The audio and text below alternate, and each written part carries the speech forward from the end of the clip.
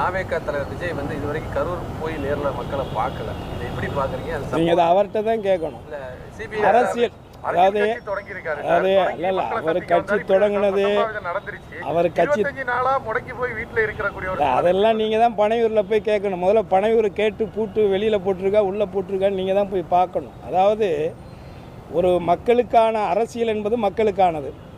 அந்த மக்களுக்கு பிரச்சனை என்கின்ற பொழுது அந்த அரசியலை செய்ய நினைப்பவர்கள், அந்த மக்களுடைய மூலமான அந்த அதிகாரத்தை கைப்பற்ற வேண்டும் என்று நினைப்பவர்கள் தான் அந்த மக்களுக்கு ஒரு இடையூறு ஒரு கஷ்டம்னாக்கா அந்த இடத்துல போய் நிற்கணும்.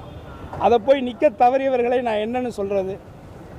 இது மக்கள் தான் தீர்மானிக்கணும். ஆனால் அந்த மக்களுக்கான பிரச்சனை என்கின்ற பொழுது அந்த நள்ளிரவே அந்த இடத்துக்கு போய் அந்த மக்களுக்கான அந்த தேவைகளை உங்களுக்கு நான் இருக்கிறேன், உங்களில் ஒருவனாக நான் இருக்கிறேன் என்று சொல்லக்கூடியவர் தான் ஒரு தலைவர், ஒரு தளபதி, எப்படி வேணாலும் சொல்லலாம். அந்த விதத்திலே அந்த ஒரு இக்கட்டான ஒரு சூழலில் மக்களுக்கு ஏற்பட்ட அந்த கொடுமையான ஒரு சம்பவத்திலே உடனடியாக களத்திலே இறங்கி பணியாற்றியவர் மாண்புமிகு தமிழக முதல்வர் என்பதை யார் ஒருவரும் மறுக்க முடியாது.